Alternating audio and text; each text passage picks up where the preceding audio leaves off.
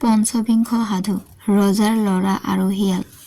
এক ৰজাৰ ল'ৰাই দেশ চাবৰ মনেৰে এটা ঘোঁৰাত উঠি ঘৰৰ পৰা বাজ হ'ল। তেওঁ সেইদৰে ২-৩খন দেশ ফুৰাৰ পাছত এদিন হাবিৰ মাজত বাট এটাতে তেওঁৰ গধূলি হ'ল। সেই সময়তে এটা শিয়াল হাবিৰ পৰা ওলাই আহি সেই বাটতে ভেম জুৰি বহি আছিল। ৰজাৰ ল'ৰাই তাক দেখিয়েই মাত লগালে, "হেৰৌ, খোলাকটিৰ মূৰ খোৱা হেৰৌ! মোৰ ঘোঁৰাই ভয় খাব, আঁতৰ হ, নহ'লে মই নামিবলৈ পালে তোৰ কঁকালৰ যোৰা ভাঙিম।" শিয়ালে উত্তৰ দিলে, "মই আঁতৰ হ'ব নোৱাৰো, তোৰ ঘোঁৰা এফলীয়াকৈ লৈ যা।" একোপধ্য শিয়াল বাটৰ পৰা নাতৰা দেখি ল'ৰাই তেওঁৰ ঘোঁৰা এফলীয়াকৈ লৈ গ'ল। কিন্তু যাওঁতে কৈ গ'ল, "ঠিক, তই আজি ঠিক, আজি নিশা হ'ল, তোক আৰু নোজোকাও, মই ঘূৰি আহোঁগৈ, দেখিম তই মোৰ ভৰিত দীঘল দি পৰ নে নপৰ।" ৰজাৰ ল'ৰাৰ কথা শুনি শিয়ালে ক'লে, "যা যা, ঘূৰি আহগৈ, তই মোৰ ভৰিত পৰ নে ময়েই তোৰ ভৰিত পৰো চাম।" এইদৰে চুপতা চুপতি কৰি ৰজাৰ ল'ৰা গাঁৱৰ ফালে গুচি গ'ল। শিয়ালেও তাতে বহি থাকিল। বৰকৈ ৰাতি হোৱা দেখি ৰজাৰ ল'ৰা এক গৃহস্থৰ ঘৰত আলহী হ'বলৈ বুলি সোমাই যাওঁতেই তেওঁ তেওঁৰ ঘোঁৰাটো গৃহস্থক নোকোৱাকৈ সেই গৃহস্থৰে তেলীশালত বান্ধি থৈ গৈ সুদা মানুহটো থাকিবৰ নিমিত্তে গিৰিহঁতক ঠাই খুজি লৈ ৰাতিটো পৰি থাকিল। পিছদিনা পুৱাই গিৰিহঁতে তেলীশালৰ ফালে গৈ দেখিলে তাত এটা ঘোঁৰা বন্ধা আছে। ঘোঁৰাটো দেখিয়েই সি ৰিঙিয়াই ক'বলৈ ধৰিলে, "ঐ আমাৰ তেলীশালে ঘোঁৰা এটা জগালে ঐ।" এই বুলি বাৰে বাৰে কৈ সি ৰঙত নাচিবলৈ ধৰিলে। এনেতে ৰজাৰ ল'ৰাই সাৰ পাই উঠি আহি তেওঁৰ ঘোঁৰাটো গৃহস্থই নিজৰ ঘোঁৰা বোলা দেখি আচৰিত মানি ক'লে, "কেলেই, এইটো মোৰ ঘোঁৰা, কালি ৰাতি মই আহোঁতে লৈ আহিছিলোঁ আৰু ইয়াতে বান্ধি থৈ গৈছিলোঁ। কৰ তোমাৰ তেলীশালে ঘোঁৰা জগালেহে, দিয়া মোৰ ঘোঁৰাটো মই লৈ যাওঁ।" যেই ৰজাৰ ল'ৰাই এইদৰে ক'লে, গিৰিহঁতে তেওঁক গালি শপনি পাৰি হাং কৰিলে আৰু মাথোন চুইহে নিকিলালে। শেহত ৰজাৰ ল'ৰাই একো উপায় নাপাই সেই ঠাইৰ ৰজাৰ আগত গোচৰ দিলেগৈ। ৰজাই গৃহস্থক ধৰাই নি সেই কথা সুধিলত ৰজাৰ ল'ৰাই ক'লে, "মোৰ সাক্ষী কোনো নাই, ৰাতি আনি মই ঘোঁৰা বান্ধি থৈছিলোঁ, কোনেও দেখা নাছিল।"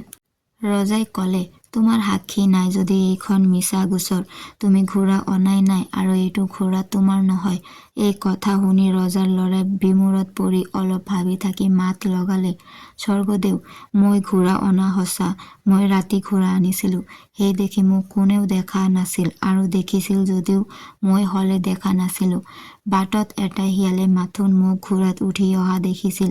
স্বৰ্গদেৱৰ আদেশ হলে সেই শিয়ালটোকে আনিবলৈ বিচাৰি যাব পাৰোঁ।"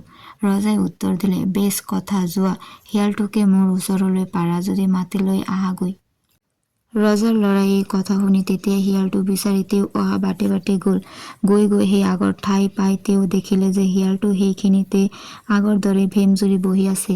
ৰজাৰ ল'ৰাই ইফালৰ পৰা আমন জিমনকৈ খোজকাঢ়ি যোৱা দেখি শিয়ালে মাত লগালে, "কিহে ৰজাৰ পোৱালি, বোলো এইবাৰ দেখোন হেনৰ এজাতহে একা, ঘোঁৰাডোখৰ গ'ল।"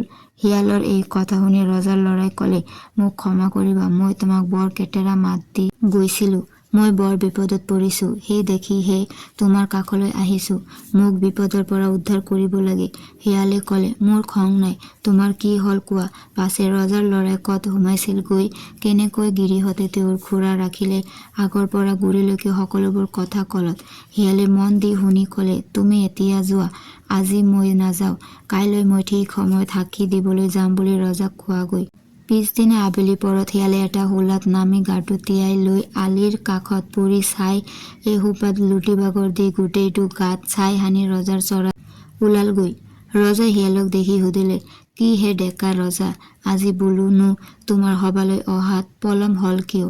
শিয়ালে ক'লে, "স্বৰ্গদেৱ, আজি মোৰ দুখৰ কথানো কি কম, আজি সাগৰত জুই লাগি কি হৈছে, গোটেইখন ৰাঙলী হৈ পৰিছিল, ইমান পৰ মই জুই নুমাওঁতে হাইৰাণ হলোঁ, সেয়েহে মোৰ গাৰ এই অৱস্থা হ'ল আৰু অহাত পলম হ'ল।"